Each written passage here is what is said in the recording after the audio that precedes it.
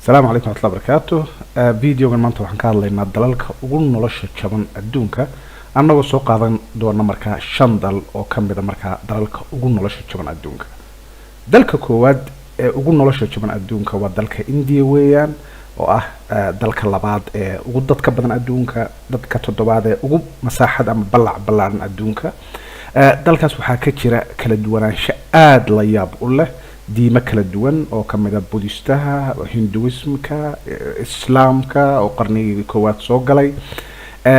kala duwanaansho aad u la yaab leh oo qofkii dalka booqda uu aad la yaabayo wax cusub ku noqonaya ayaa dalkaas ka jira. طبعا saan sheegnay islaamku wuxuu soo galay qarnigii koowaad buu soo galay dalkan, saameyn weyn buu ku yeeshay. haddaad aragtid dhismooyinka sida Taj Mahal waad ka arkaysaa saameynta. cuntada dalka India waad ka arkaysaa saameynta ay cuntada carabta iyo cuntada Iran ama Persia ay ku leedahay. tusaale ahaan biryaniga ama bariiska hilibka ama digaaga laga sameeyo magaalada Hyderabad. Englishku ama luqadda Englishku waa luqadda rasmiga ee dalka, luqado kale waa lagu hadlaa. waxa weeyaan haddii aan isku barbardhigno tusaale ahaan magaalada Stockholm iyo magaalada Hyderabad ee ku tala dalka India, waxaad arkaysaa in Hyderabad 73% ay ka jaban tahay magaalada Stockholm. dalka labaad ee ugu jaban adduunka waa dalka Pakistan oo isagu markaa ka go'ay dalka India oo meelo kala duwan oo badan marka laga reebo diinta ay iska mid ka yihiin sida cuntada, dhaqanka, dadka. dalka kala duwanaansho aad u badan baa ka jira. waxaa ku taala buurta K2 oo dhinaca waqooyiga ku taala oo ah markaa buurta labaad ee adduunka ugu dheer. haddaan aragno tusaale ahaan magaalada Karachi 67% ayay ka jaban tahay magaalada Stockholm. dalka saddexaad ee isagu ugu jaban adduunka waa dalka Ukraine, inkastoo dalkaas sanadihii ugu dambeeyay ay ka jirtay qalalaasa siyaasadeed iyo dhibaatooyin dhaqaale kala duwan. hase yeeshee waa dal aad u qurux badan ku yaala markaa bariga Yurub. noloshiisu aad ay u jaban tahay, gaar ahaan waxbarashadu aad ay ugu jaban tahay dalkaas. haddaan aragno magaalada Kiev waxay ka jaban tahay magaalada Stockholm 67%. taasoo micnaheeda ah wixii aad ku iibsan lahayd Stockholm iyadoo markaa 67% ka jaban ayaad ku iibsanaysaa magaalada Kiev tusaale ahaan. dalka afraad ee ugu jaban adduunka waa dalka Tunisia oo ku yaala waqooyiga Afrika oo markaa dal carab ah oo muslim ah.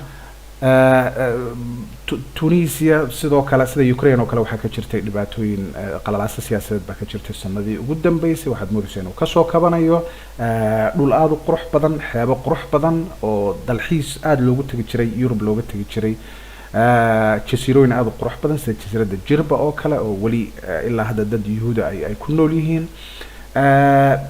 magaalada Tunis haddaan aragno waxaan arkaynaa in 64% ay ka jaban tahay markaa magaalada Stockholm. dalka ugu dambeeya ee markaa aan ka hadlayno ee ugu jaban adduunka waa Colombia weeyaan oo ku yaala waqooyiga Mareykanka ama Latin America. waana dhulka waxaa la yiraahdaa kafeega iyo kokaayinka. kafe aad u badan baa lagu beeraa. kokaayinna dalku waxa weeyaan ama daroogadan kokaayinka ayaa aad markaa loogu tahriibiya ama la geeyaa dalalka ay ka mid yihiin Mareykanka iyo meelo kale adduunka.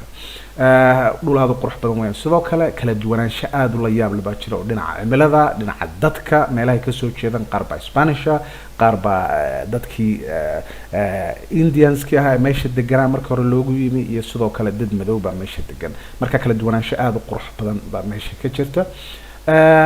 sidoo kale dee waxaa ka jira dal ka soo baxay weeyaan qalalaaso oo daroogada aad ay ugu faaftay oo dawladdu aad ay dagaalanka daroogada markaa juhdi badan u gelisay, taasoo keentay markaa dhibaatooyin kala duwan oo aad u badan oo amni.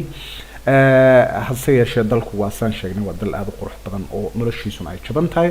tusaale ahaan caasimadda Bogota 58% ayay ka jaban tahay, nolosheedu ka jaban tahay magaalada Stockholm. aad baad mahadsantihiin.